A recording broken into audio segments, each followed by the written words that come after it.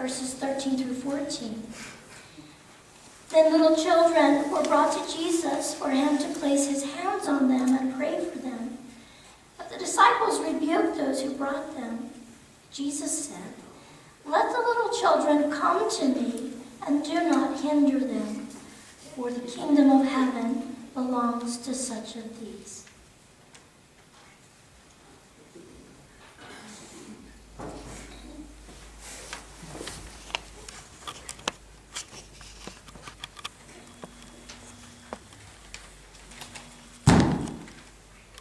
Several years ago, our church decided that we would sponsor the Cameo school. So by doing that, we are providing school supplies for them. So every summer when school supplies go on sale, we all get busy and go to Walmart or wherever and buy all kinds of school supplies. And then Cindy and I or someone else takes them to Cameo school where Mr. Beecham stores them in his storage room. And as children need them, they go there and get them from him. Especially children who don't have anything, or new kids that come in have bought supplies at the beginning of the school year, and then here they come transfer to another school and have no school supplies. But anyway, we are doing that, so your help in providing school supplies for Cameo School is greatly appreciated.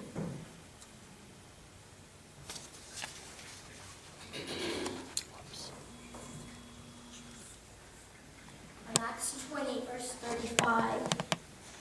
In all this I have given you an example, that by such work we must support the weak, remembering the words of our Lord Jesus, for he himself said, "It is more blessed to give than to receive."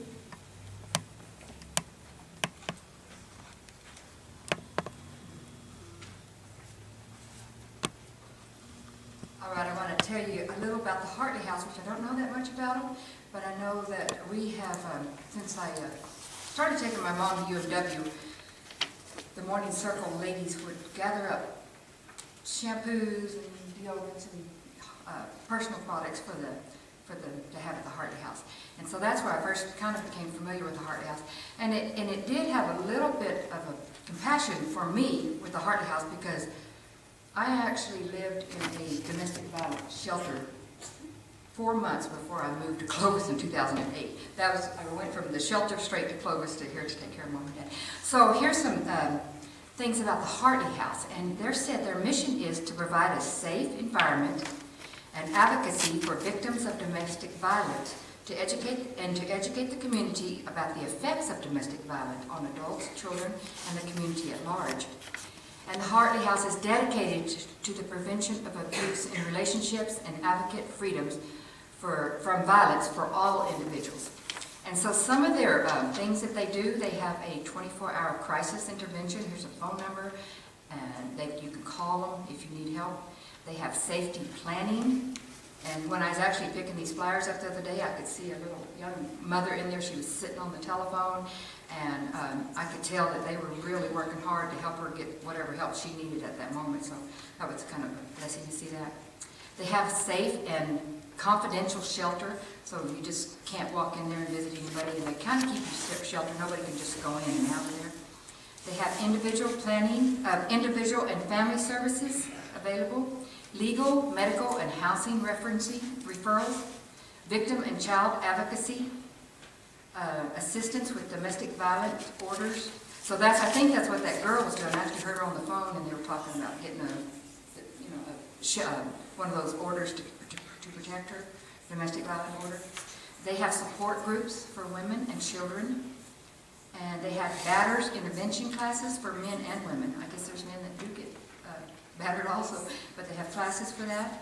And then the community presentations and outreach. And so that's a little bit of what the Hartley House is doing. And there's some flyers back there. If anybody wants to take one, you're welcome to take one. I brought extras.